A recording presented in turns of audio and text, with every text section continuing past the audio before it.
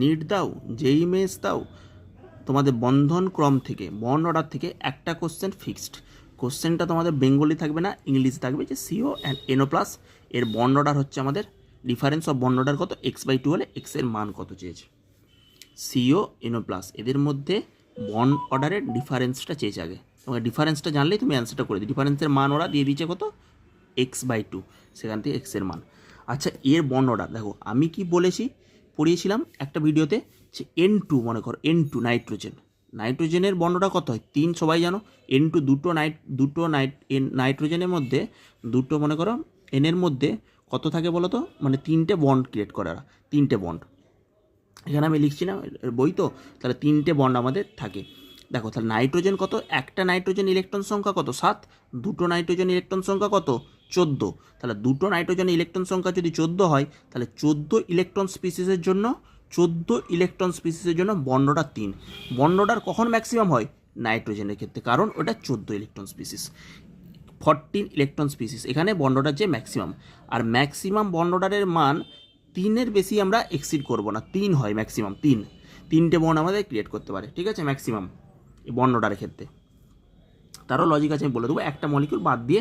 এবারে দেখো, এবারে নাইট্রোজেন কত 14, তাই নাইট্রোজেনের সাথে এই দুটো হচ্ছে আইসো ইলেকট্রনিক স্পিসিস হয়ে যায়। কীভাবে হয় স্যার, দেখো সিও কার্বন মনোক্সাইডটা দেখো তো, এখানে কার্বন কত, কার্বনের ইলেকট্রন কটা বলো, 6টা, আর অক্সিজেনের ইলেকট্রন কত, 8টা, তাহলে 8 6 14টা ইলেকট্রন।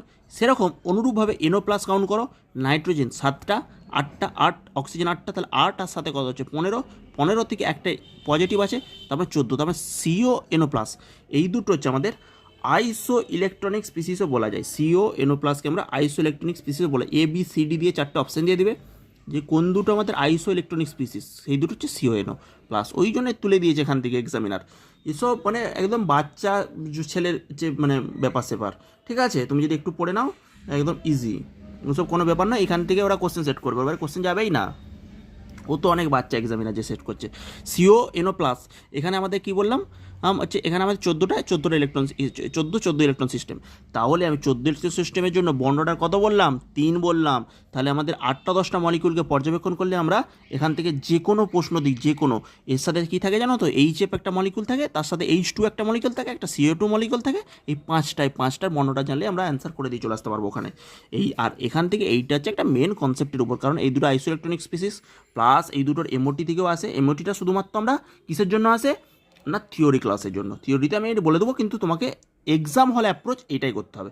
তাহলে এই দুটো যদি বন্ডটা 3 হয়, তাহলে 3 আর -3 = 0, তাহলে এক্সের মান আসবে 0, মানে আমাদের আনসার হবে পি। এটা